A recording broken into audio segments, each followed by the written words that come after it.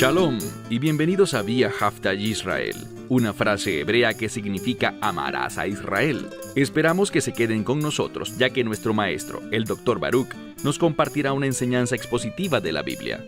El Dr. Baruch es profesor titular del Instituto Sera Abraham, con sede en Israel. Aunque todos los cursos en el instituto se imparten en hebreo, el Dr. Baruch se complace en compartir esta enseñanza en inglés con doblaje al español. Para más información, visítenos en amarasaisrael.org o descargue nuestra aplicación móvil Mi Estudio Bíblico. Aquí está Baruch y la lección de hoy. Todos sabemos que el evento más importante en la historia de la humanidad es la resurrección de nuestro Señor y Salvador, el Mesías Yeshua, Jesús de Nazaret. Pero para que Él resucitase de entre los muertos, primero tenía que ir a la cruz. Tenía que ser crucificado. Vamos a ver que esa crucifixión fue un acto de humillación, vergüenza y deshonra.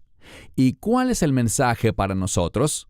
Que eso es lo que el pecado trae sobre nosotros: vergüenza, humillación y deshonra. Pero cuando andamos en obediencia, conoceremos la gloria de Dios. Seremos del agrado de Dios y cumpliremos sus buenas obras, para que Él sea alabado y nosotros seamos considerados como siervos fieles. Eso es exactamente lo que el Mesías es y fue: un siervo fiel de Dios. Él es nuestro ejemplo. Queremos ser como Él.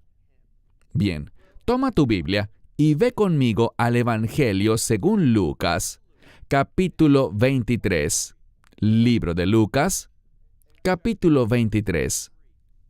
Comenzaremos en el versículo 26 y veremos una transición. Al final de nuestra lección anterior, Poncio Pilato había recibido autoridad, pero usó mal esa autoridad. A él no le interesaba la verdad, no le interesaba lo correcto ni lo justo, solo pensaba en su propio interés egoísta. Por tal razón, Dios no se agradó de él.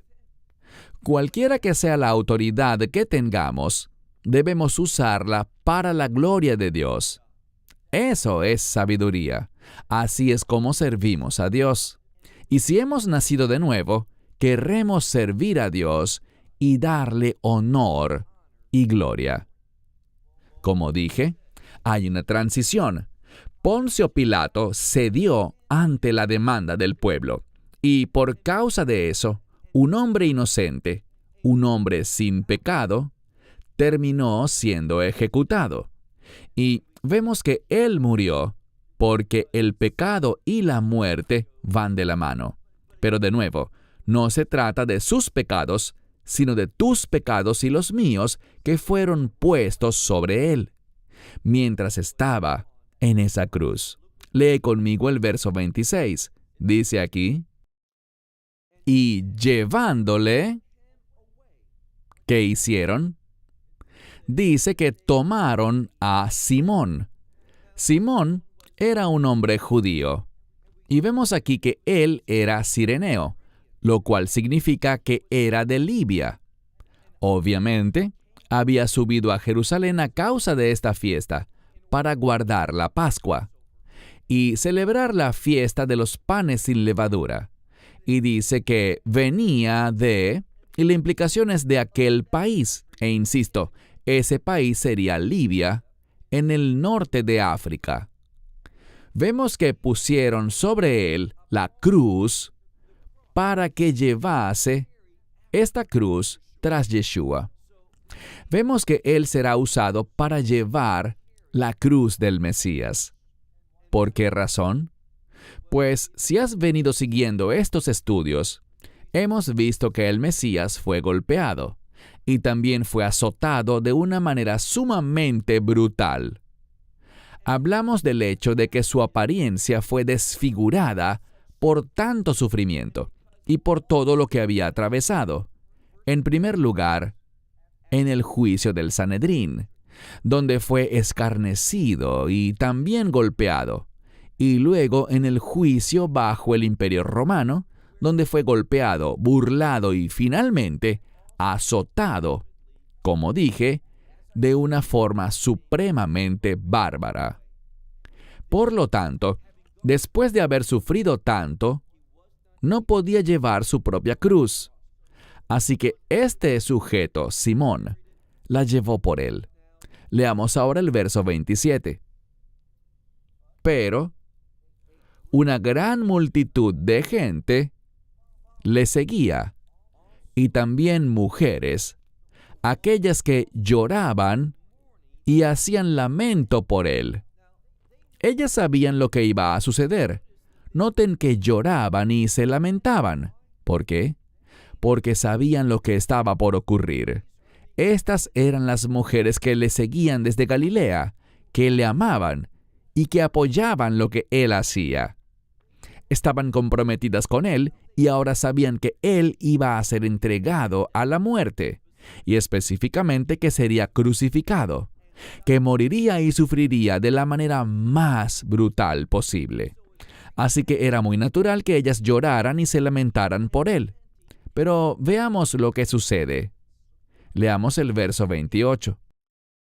Mas volviéndose hacia ellas, la palabra para ellas aquí está en femenino en el idioma griego.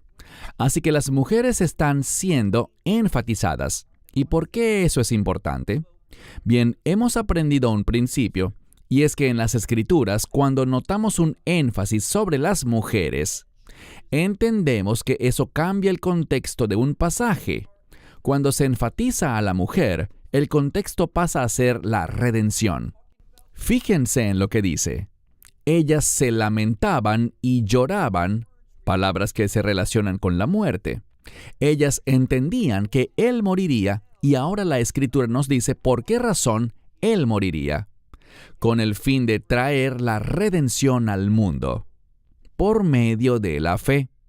Aceptarlo, entender lo que él hizo y el hecho de que lo hizo en la Pascua es de suprema importancia, porque el día en que fue crucificado, este día de la preparación o de la Pascua, tiene que ver con la redención. Así que estas mujeres lloraban y se lamentaban y noten lo que dice. Pero él, volviéndose a ellas, les dijo: Hijas de Jerusalén, no lloren por mí, sino en cambio lloren por ustedes mismas y por sus niños. Hay que prestar mucha atención a la Escritura. Vemos aquí que lo que se enfatiza, la palabra que es enfática en lo que acabo de leer, es la palabra niños o hijos. Y esto habla de ternura. Esta palabra que no es hijo varón ni hija hembra, sino niños en general, enfatiza el amor. Lo que el Mesías está enseñando es que vendrá un cambio. Todo ese rechazo que, ¿acaso fue provocado principalmente por el pueblo judío?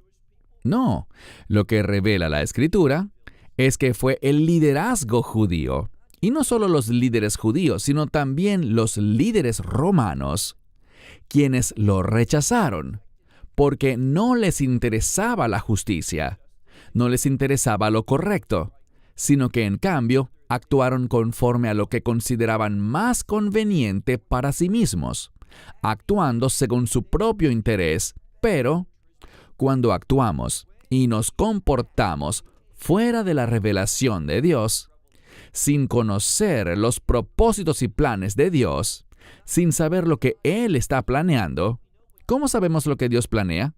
Por la profecía. La profecía es vital. Por eso es tan trágico hoy en día que al observar la mayoría de las iglesias, encontramos que lo que menos se enseña y lo que menos comprende la gente de la palabra de Dios son los profetas. Hay un gran analfabetismo profético hoy en día.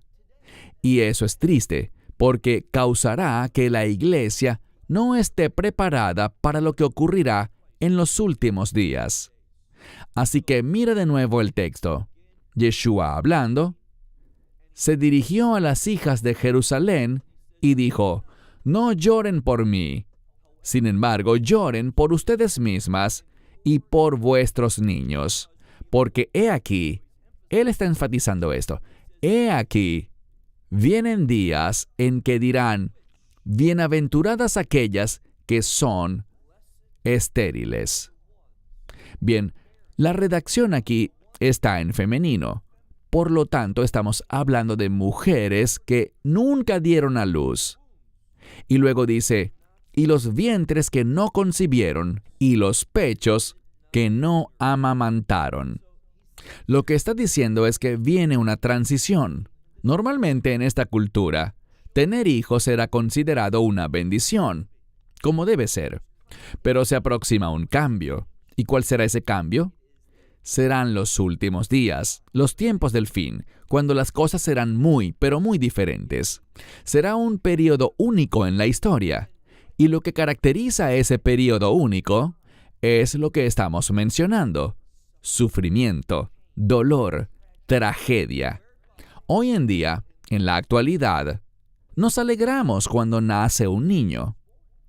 Pero en aquellos días no será así, debido a lo duro y difícil que serán esos últimos días. De eso es de lo que él está hablando. Mira ahora el verso 30, donde dice, comenzarán a decir a los montes, caigan sobre nosotros, y a los collados, cúbrannos. Y luego dice, versículo 31, él hablará sobre los tiempos y los cambios que están sucediendo. En aquel entonces, vemos que había mucha actividad en Israel. Israel era un lugar fértil desde una perspectiva física, desde un punto de vista visual. ¿Y por qué lo digo? Mira el versículo 31. Porque si con la madera húmeda, eso es literalmente lo que dice. Algunas Biblias lo traducen como verde, porque cuando la madera está húmeda, y cuando hablo de madera me refiero a árboles, cuando están húmedos tienen savia, son una representación de vida y se ven verdes. Así que él dice, si en tiempos donde hay humedad, y la humedad tiene que ver con la bendición, si así se conducen, entonces dice, si así se comportan, en los tiempos secos, ¿cómo será? Esta frase, ¿cómo será?, está en modo subjuntivo, que es el modo para expresar duda. Lo que él está diciendo es, cuando vengan esos últimos días, y noten el contexto, vemos algo muy similar a lo que leemos en Apocalipsis capítulo 6, en el último sello, el sexto sello de Apocalipsis 6, donde habla de la venidera ira del Cordero. Y por causa de la ira del Cordero, se dicen las mismas cosas. Dirán a los montes, caigan sobre nosotros, y a los collados, cúbrannos. También en esa porción de Apocalipsis 6 se habla de grandes peñas bajo las cuales querrán esconderse. Así que se habla del juicio venidero, de la ira de Dios que se aproxima. Y si esto hacen en tiempos buenos, la implicación es, ¿qué harán cuando lleguen esos tiempos difíciles? Habla de cuán desprevenidos estarán para lo que va a suceder en el futuro. Mira ahora el verso 32. Pero llevaban también con él, y vemos aquí algo. Vemos que dice a otros 2 criminales. Hay algo muy único que solo notaremos leyéndolo en griego. Y es que el texto menciona que llevaron con él a otros 2 criminales, pero lo especial es esto. Aunque el Mesías está siendo castigado, aunque lo ven como un criminal, la palabra que se usa aquí implica que estos 2 son criminales de una clase diferente. Sabemos que Yeshua, Jesús de Nazaret, era lo que diríamos en hebreo, Haf Mipesh. Él era inocente. No había cometido transgresiones ni pecados. Él estaba sin pecado. Pero nuestros pecados, los pecados del mundo, según la Escritura, fueron puestos sobre él para que nosotros pudiéramos recibir perdón. Y hablaremos del perdón en un momento. Pero estos dos hombres que fueron crucificados con él eran distintos. Eran verdaderos criminales. Y eso es lo que dice el texto. Mira de nuevo el verso 32. Pero llevaban también a otros dos criminales con él.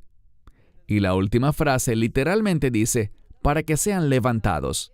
Es un modismo que significa la muerte. Se refiere a ser crucificado, ser levantado sobre ese madero, para ser crucificado y morir. Pero literalmente dice que estos dos hombres, estos criminales, iban a ser levantados con él, es decir, crucificados. Verso 33. Y cuando se fueron hacia el lugar llamado, y algunas Biblias lo traducen como Calvario. Bien, Calvario es una palabra en latín que significa calavera. El problema es el siguiente. Cuando leemos aquí, no tenemos esa palabra en latín. Este es el Nuevo Testamento y fue escrito en griego. Por lo tanto, tenemos una palabra, y simplemente la diré en griego. Es cranion. De allí viene la palabra en español para el cráneo. Habla de los huesos de la cabeza. Por lo tanto, no deberíamos poner una palabra en latín como calvario, sino entender lo que realmente se está diciendo. Fueron llevados al lugar llamado la calavera. Eso es significativo y hay dos maneras de entenderlo. Número 1. Si te trasladas a ese lugar y retrocedes al pasado, a tiempos antiguos, ese sitio, esa colina que estaba allí, tenía la apariencia como de una calavera tallada en la montaña. Tal vez por eso se le llamó así, el lugar de la calavera. Otra razón es que era un lugar público. De hecho, si vas allí hoy en día, en Jerusalén, hay una gran estación de autobuses allí. Es una intersección, y sabemos algo, que los romanos querían que la crucifixión fuera pública como una forma de disuasión, una amenaza. No desobedezcas al imperio romano, y por eso crucificaban a la gente en un lugar público. Este también es un hecho muy significativo, que este sitio, hace 2000 años y aún en la actualidad, sea un lugar público. Es una intersección y por eso existe esa estación de autobuses tan importante allí. Y vemos que el Mesías fue llevado con esos otros dos criminales, muy diferentes a él. Ellos de verdad eran criminales, mientras que él era inocente. Nunca pecó, nunca desobedeció a su Padre Celestial y nunca transgredió la ley. Así que llegaron al lugar llamado la calavera y allí, esto es enfático, allí lo crucificaron a él y también a los criminales. Esto es muy hermoso porque también marca esta separación. Dice que lo crucificaron a él y luego dice, y también a los criminales, uno a su derecha y otro a su izquierda. El mensaje aquí es que él era distinto. Él era único. Nunca debe ser considerado un criminal. ¿Por qué? Porque él es inocente. Él es el Cordero de Dios. Él fue ejecutado, aunque en realidad él mismo entregó su vida y lo hizo durante la Pascua con el fin de comprar para nosotros la redención. Y la redención, como vemos por ejemplo en el Evangelio de Marcos capítulo 10, la redención está relacionada con el perdón de los pecados. Para eso Él fue a la cruz, para que tú y yo pudiésemos ser perdonados. Sigamos leyendo. ¿Qué más sucede? Mira por favor el versículo 34, donde dice: Pero Yeshua decía, Padre, noten algo, Él está siendo crucificado, está en medio de una gran agonía. La crucifixión es un mecanismo de sufrimiento y tortura extremos. Se enfoca en proporcionar la mayor humillación y vergüenza posible. Y de nuevo, eso es lo que el pecado trae a nuestra vida. Y allí Él recibió todo eso en lugar nuestro. Y noten lo que dice, pero en contraste con lo que asumiríamos, Yeshua decía, Padre, perdónalos porque no saben lo que hacen. Y leemos que, dividiendo sus vestidos, ¿cómo los dividieron? Echaron suertes. Eso significa que estaban apostando para quedarse con sus vestiduras. ¿Por qué? Sabemos que la Biblia dice que sus vestiduras eran sin costura. Y eso tenía un gran valor. ¿En qué pensaban ellos? ¿En justicia, rectitud, santidad? Nada de eso. El imperio romano que representa al mundo solo pensaba en el dinero. Y a esos soldados que llevaron a cabo su crucifixión, lo único que les interesaba era el pago. Eso muestra que estaban completamente ligados a este mundo y no al reino de Dios. Mira ahora el versículo 35. Y estaba de pie, ¿quién? El pueblo. Lo importante aquí cuando lo analizamos, y de nuevo, si no lo ves en el idioma original, te perderás de mucho. Pero cuando te entrenas en griego, hebreo y arameo, y lees esto, salta a la vista. ¿Por qué? Porque está en una construcción gramatical muy particular, lo he mencionado antes. Está en tiempo pluscuamperfecto. ¿Y por qué eso es importante?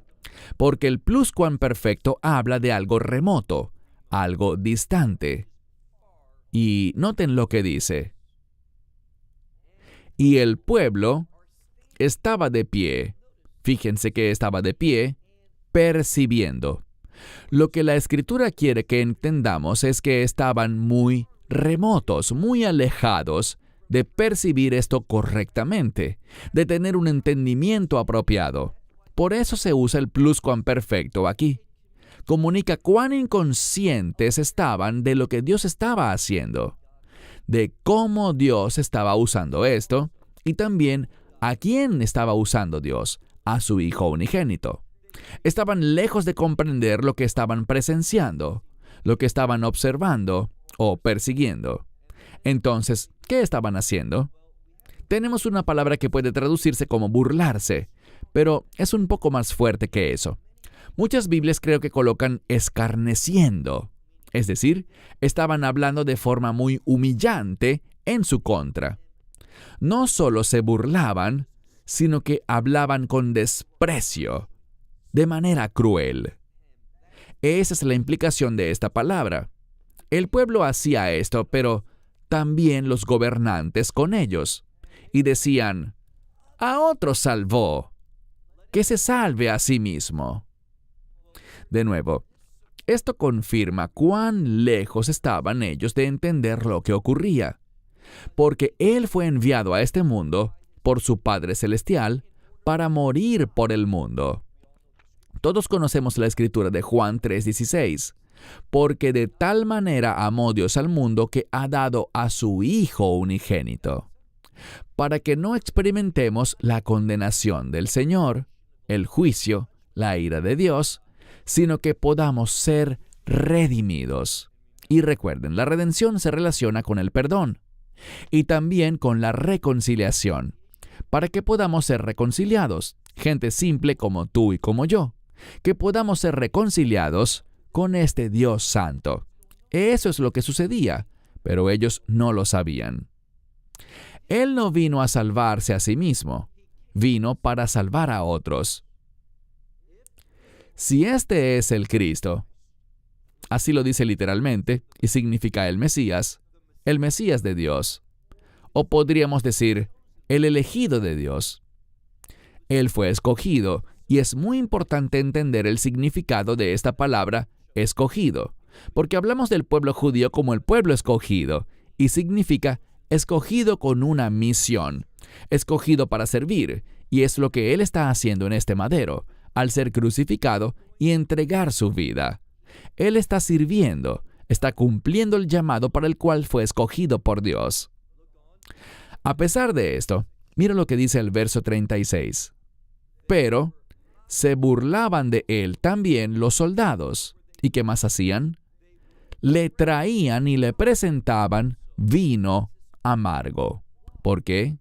Bueno, si conocen sobre la Pascua, sabrán que tenemos la matzah, que es el pan sin levadura, el cordero, Yeshua es el cordero de Dios, Él es el pan de vida, y también hay otro elemento, las hierbas amargas.